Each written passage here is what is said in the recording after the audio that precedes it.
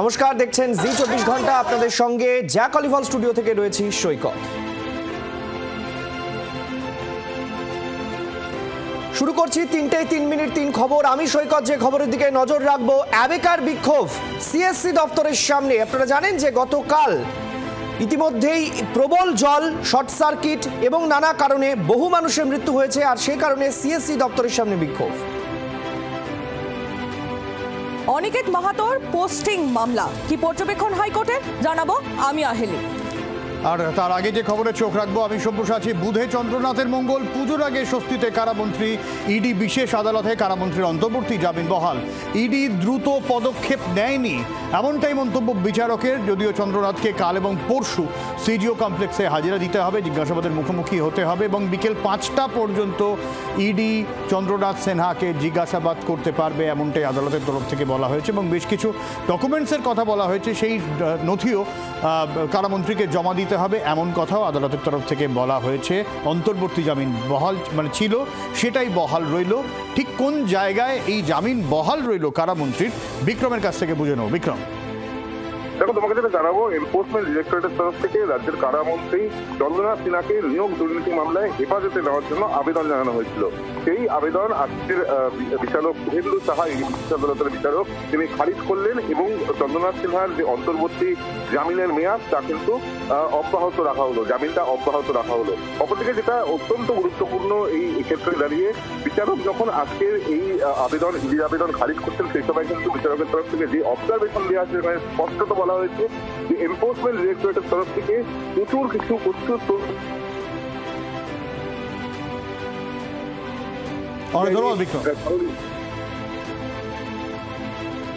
আর আদালত থেকে বেরিয়ে কি বললেন চন্দ্রনাথ সিনহা, শোনাবো আপনাদের। আমি প্রথম থেকে বলে আসছি বিচার ব্যবস্থা আমার আস্থা আছে এবং ভবিষ্যতেও থাকবে। এবং আজকে আপনারা নিজেরাই শুনলেন, যেন তো কোনো অন্যায় করিনি এবং বিচার ব্যবস্থা সঠিক সিদ্ধান্ত দেখব।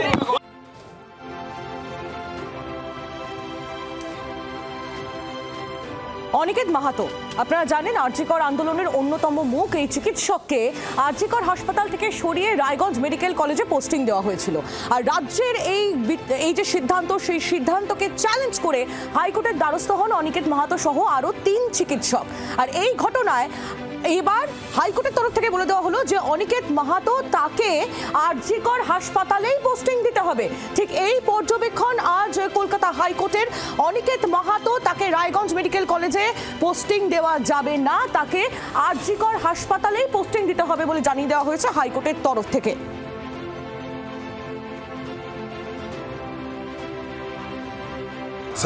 তার মান্যতা আজকে বিচারপতি দিয়েছেন তার জাজমেন্টের মধ্য দিয়ে। তিনি বলেছেন যে 871 জনের মধ্যে এই দুজনকে কেন সরানো হলো, কেন ভিক্টিমাইজ করা হলো, এর উদ্দেশ্য কি, রুল কি। এখানে অ্যাডভোকেট জেনারেল থেকে শুরু করে রাজ্যের পক্ষ থেকে যারা লড়াই করছিলেন, তাদের দিক থেকে সুনির্দিষ্ট স্পেসিফিক জাস্টিফিকেশন অবধি তারা দিতে পারেন। তাহলে স্বাভাবিকভাবেই একটা অনিয়ম, অস্বচ্ছতার বাতাবরণ তৈরি করেছিল, যার বিরুদ্ধে আমাদের লড়াই। তাহলে সেই জয় আজ শুধুমাত্র যে আমার একার জয় তা নয়, এই লড়াইয়ে একটা জয়যুক্ত এলো এবং এই লড়াই এগিয়ে নেওয়ার জন্য আমরা এবং আমি বদ্ধপরিকর থাকব। বিচারপতি বিশ্বজিৎ বাসু মহাশয় আসেন এবং তিনি যে জাজমেন্ট দিলেন, যে ভার্ডিক্ট দিলেন, তাতে তিনি পরিষ্কার হোল্ড করলেন যে 27শে মে 2025-এর যে নোটিফিকেশনে 871 জনকে এসআরকে করা হয়েছিল, পোস্টিং করা হয়েছিল, সেখানে অনিকেত মাহাতো, যিনি 24 নম্বর র্যাঙ্ক হোল্ডার, তার রায়গঞ্জে ট্রান্সফারটা একেবারে অসাংবিধানিক এবং সেটা আর্টিকেল 14কে ভায়োলেট করে।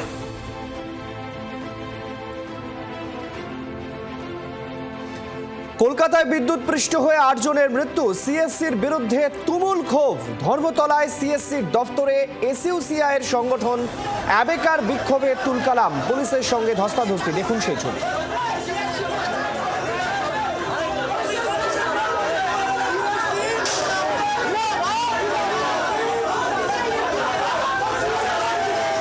টেলিফোন লাইনে রয়েছেন আমাদের প্রতিনিধি কমলাক্ষ ভট্টাচার্য। কমলাক্ষ, অ্যাবেকা দীর্ঘদিন ধরে কলকাতা শহরে এই ধরনের বিদ্যুতের নানা রকম বিষয় নিয়ে তারা প্রতিবাদ বিক্ষোভ করেন।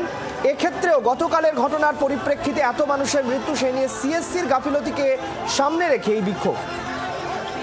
একেবারেই তাই, এবং অ্যাবেকা মূলত বিদ্যুতের মাসুল বৃদ্ধি নিয়ে তাদের লাগাতার কলকাতা শহরে আমরা দীর্ঘদিন ধরে তাদের বিক্ষোভ বা অবস্থান দেখেছি এবং তাদের বক্তব্যও দেখেছি। এবার গতকালের যে ঘটনা, একাধিক ব্যক্তি প্রায় 10 জনের কলকাতায় বিদ্যুৎ পৃষ্ঠ হয়ে মৃত্যুর ঘটনায় আজকে প্রতিবাদ কর্মসূচি তাদের ছিল, বিক্ষোভ কর্মসূচি ধর্মতলার মেট্রো স্টেশনের সামনে তাদের প্রোটেস্ট সেখানে চলে। সেখান থেকে মিছিল করে তারা সিএসসি সদর দপ্তরের সামনে যায়।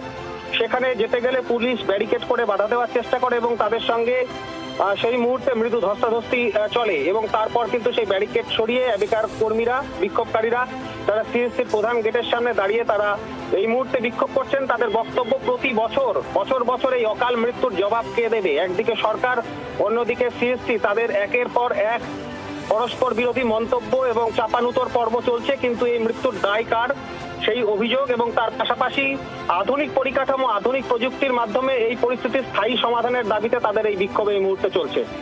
ধন্যবাদ কমলাক্ষ।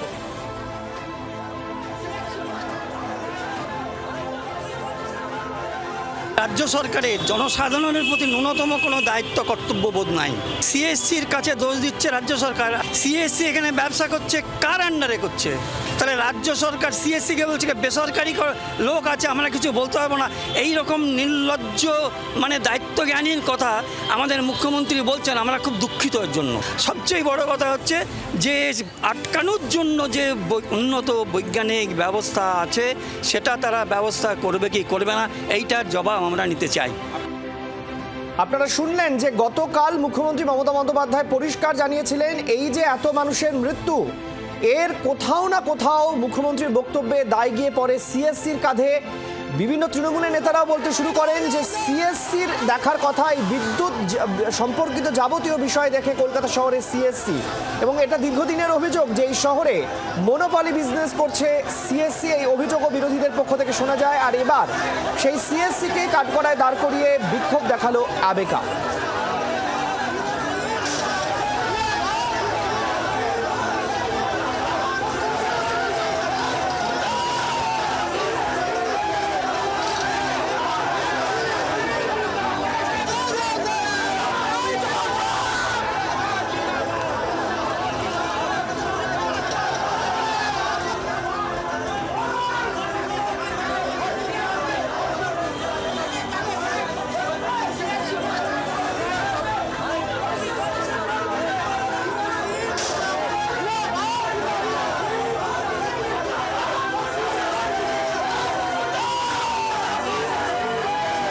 পুলিশের সঙ্গে ধস্তাধস্তি দেখতে পাচ্ছেন। অ্যাবেকা কর্মীদের বিক্ষোভ ধর্মতলায়, অ্যাবেকার তরফ থেকে বিক্ষোভে কার্যত তুলকালাম পরিস্থিতি। সিএসসি ভবনের সামনে এই বিক্ষোভ।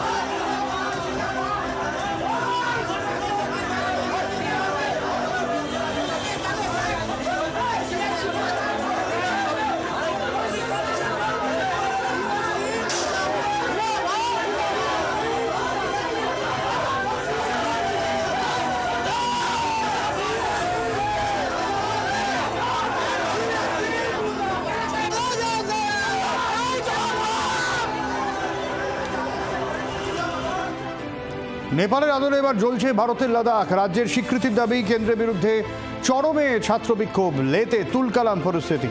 4 দফা দাবি না মানার অভিযোগ, পুলিশ পড়ুয়া সংঘর্ষ, বিজেপির কার্যালয় ভাঙচুর, রাস্তায় গাড়িতে আগুন। অনশনে লে অ্যাপেক্স বডির সদস্যরা আর কেন্দ্রের সঙ্গে অবিলম্বে আলোচনায় বসতে চায় তারা। সিআরপিএফের গাড়িতেও আগুন লাগানো হয়। সোনাম ওয়াংচুক এই দাবিতে গত কয়েকদিন ধরে নতুন করে অনশন শুরু করেছিলেন, তার মধ্যেই এই অশান্তি। এবং রাজীব রয়েছেন আমাদের সঙ্গে, আমরা রাজীবের কাছেও যাবো, এই গোটা বিষয়টা নিয়ে জানবো। তবে তার আগে আপনাদের আরেকবার জানিয়ে রাখি যে পরিস্থিতি এই মুহূর্তে লেতে তা কিন্তু যথেষ্টই অগ্নিগর্ভ।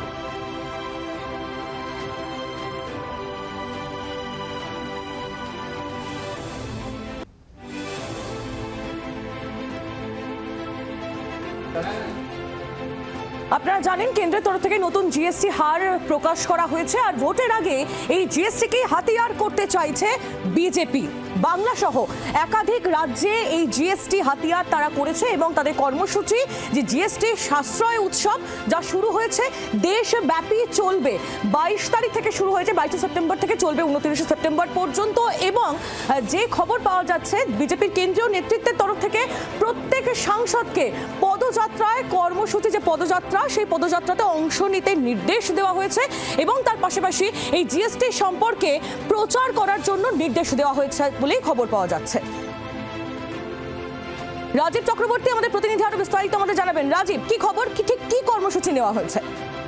দেখো, নবরাত্রি শুরু হয়েছে 22 সেপ্টেম্বর থেকে। 22 সেপ্টেম্বর থেকে 29 সেপ্টেম্বর পর্যন্ত এই নবরাত্রির মরশুমে বিজেপি তাদের দলের সমস্ত সাংসদদের নির্দেশ দিয়েছে যাতে তারা নিজেদের যে নির্বাচনী এলাকা সেখানে যান এবং সেখানে গিয়ে যে জিএসটির যে সাশ্রয় উৎসব, অর্থাৎ জিএসটির নতুন সংস্কার করার ফলে যে সমস্ত সাশ্রয় হয়েছে খাদ্যদ্রব্য থেকে শুরু করে ওষুধ এবং বীমা সহ বিভিন্ন ক্ষেত্রে, সেগুলি যাতে তারা প্রচার করেন, সাধারণ মানুষকে তারা বোঝান, এই বিষয়েই কিন্তু বিজেপির সর্বভারতীয় সভাপতি জেপি নাড্ডা তিনি দলের সব সাংসদকে নির্দেশ দিয়েছেন। প্রধানমন্ত্রী নরেন্দ্র মোদী তিনি ধন্যবাদ তোমায়। নজর রাখবো যে খবরে, বৃষ্টি বিপর্যয়ের পর একদিন পার, বৃষ্টি থামলেও এখনো মহানগরের বেশ কিছু জায়গা জলমগ্ন। পাটুলি থেকে পঞ্চশায়র, বালিগঞ্জ থেকে সেন্ট্রাল অ্যাভিনিউ জমা জলে দুর্ভোগ চরমে। বাইক সাইকেল নিয়ে জমা জলে আজও ছোটখাটো দুর্ঘটনা। আপনারা দেখতে পাচ্ছেন বেশ কিছু এলাকায় আজ সকালে দুপুর পর্যন্ত দেখা গিয়েছে জলমগ্ন ছবি। শহর কলকাতার সব অংশে হয়তো জল নেই, কিন্তু বেশ কিছু এলাকায় এখনো জল ছবি লক্ষ্য করা যাচ্ছে। দেখতে পাচ্ছেন সেই ছবি, জি 24 ঘন্টার পর্দায় সেই ছবি আমরা তুলে ধরেছি। কোথাও সকাল 10টা, কোথাও বেলা 12টা পর্যন্ত এখনো হাঁটু সমান জল। সেন্ট্রাল এভিনিউ এর বিভিন্ন অংশে এখনো জল জমে রয়েছে। জলমগ্ন বালিগঞ্জ, টেগোর পার্ক, অর্থাৎ বিশেষ করে বলতে গেলে মধ্য কলকাতা এবং দক্ষিণ কলকাতার বিভিন্ন অংশে এখনো জলছড়ি।